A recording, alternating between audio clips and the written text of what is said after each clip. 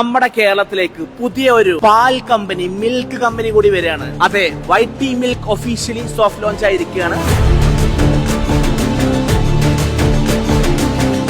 നമ്മുടെ കേരളത്തിലേക്ക് ഇനി പുതിയൊരു പാൽ കമ്പനി കൂടി വരിക കേട്ടോ.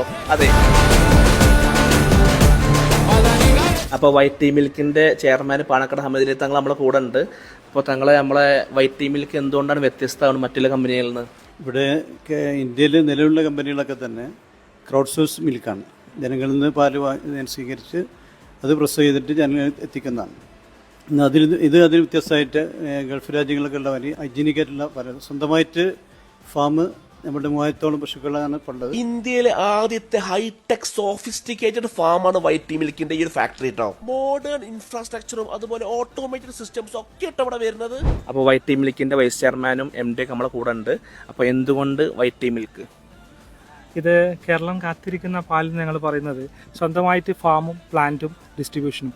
ഞങ്ങളുടെ ഈ ഒരു എയിംസിൻ്റെ അണ്ടറിൽ ഈ ഒരു ഡയറി ബിസിനസ്സിലേക്ക് വേണ്ടിയിട്ടുള്ള കംപ്ലീറ്റ് ഇൻഫ്ര ഞങ്ങളിവിടെ ഡെവലപ്പ് ചെയ്തിട്ടുണ്ട്.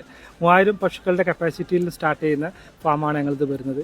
അതിൻ്റെ കപ്പാസിറ്റി എന്ന് പറഞ്ഞാൽ 50,000-60,000 ലിറ്ററാണ് ഇപ്പോൾ ഞങ്ങളുടെ സ്റ്റാർട്ടിംഗ് സ്റ്റേജിൽ പ്രൊഡക്ഷൻ എന്ന് പറഞ്ഞാൽ. അപ്പോൾ ഞങ്ങൾ ഇവിടെ ഡെവലപ്പ് ചെയ്തിരിക്കുന്നത് India's first sophisticated dairy plant ആണ്. അപ്പോൾ ഇത് ഏറ്റവും അഡ്വാൻസ്ഡ് ആയിട്ടുള്ള ടെക്നോളജി ഉപയോഗിച്ചിട്ടുള്ള പ്ലാന്റ് ആണ്. അതൊരു റോബോട്ടിക് കൺട്രോളാണ്, മാൻ പവർ വളരെ കുറവാണ്. അതുകൊണ്ട് തന്നെ അൺടച്ച്ഡ് ആയിട്ട് 100% പ്യുവർ മിൽക്കാണ് ഞങ്ങൾ സമൂഹത്തിലേക്ക് എത്തിക്കുന്നത്. വൈറ്റ് ടീ മിൽക്കിന്റെ പ്രത്യേകത എന്ന് വെച്ചാൽ സിംഗിൾ ബ്രീഡ് കൗ മിൽക്കാ വരുന്നത്. അതൊരു ഇമ്പോർട്ടന്റ് ഫാക്ടർ ആട്ടോ. അപ്പോഴേ ഹെയിംസ് വെഞ്ചേഴ്സ് LLPന്റെ വൈറ്റ് ടീ മിൽക്ക് ഈ മാസം 1-ാം തീയതി മുതൽ മാർക്കറ്റിലേക്ക് എത്താൻ പോവാണ്. നിലവിൽ ഇപ്പൊ കോഴിക്കോട്, മലപ്പുറം ജില്ലയിലെ പ്രമുഖ ഹൈപ്പർ മാർക്കറ്റ്, സൂപ്പർ മാർക്കറ്റിലൊക്കെ ഉണ്ട് പ്രൊഡക്റ്റ്. അപ്പൊ ഒന്ന് ട്രൈ ചെയ്ത് നോക്കി നിങ്ങള്.